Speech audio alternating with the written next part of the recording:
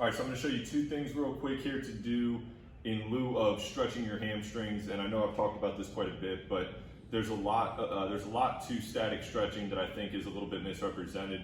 And one of those is most commonly found with the hamstrings. So we think about this real quick.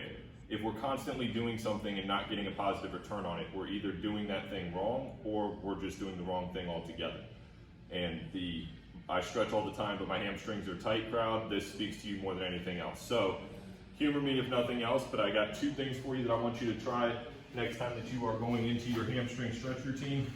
And the first thing here is, quite honestly, I don't even know what I call this, but the point of this, or the operative point of this, is to try to suspend the hamstring. So you can use a box, bench. I was doing this with on my feet on the couch last night at the house. But basically you're setting up like you're doing a glute bridge. Next thing you're gonna do is you're just gonna lift your pelvis off about 2 inches. So it's real short off the ground here.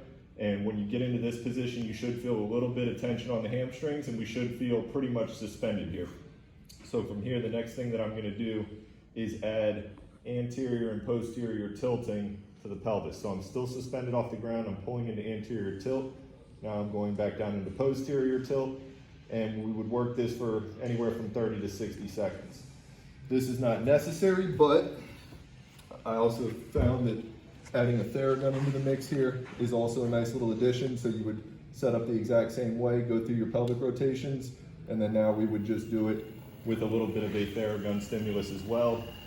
So I'm gonna work down the lateral aspect of the leg, up to the hip, kind of come more medial, working more towards the adductor group now, inner thigh, and I'm still going into tilt both posterior and anterior here.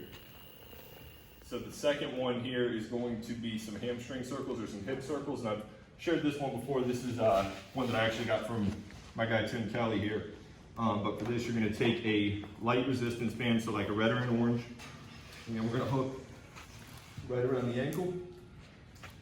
And the first thing you would do here is try to extend the leg as best you can, and I want you to pull your toes up to the ceiling here. You can see I'm honestly already starting to get a little bit of tremor here, so this shouldn't be an extreme pull, but we should definitely feel something through the hamstrings. Now, once we go static for a little bit here, I'll start with corkscrews.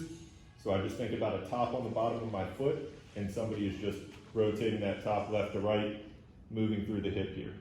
The third sequence, now we're gonna go into some circular action here.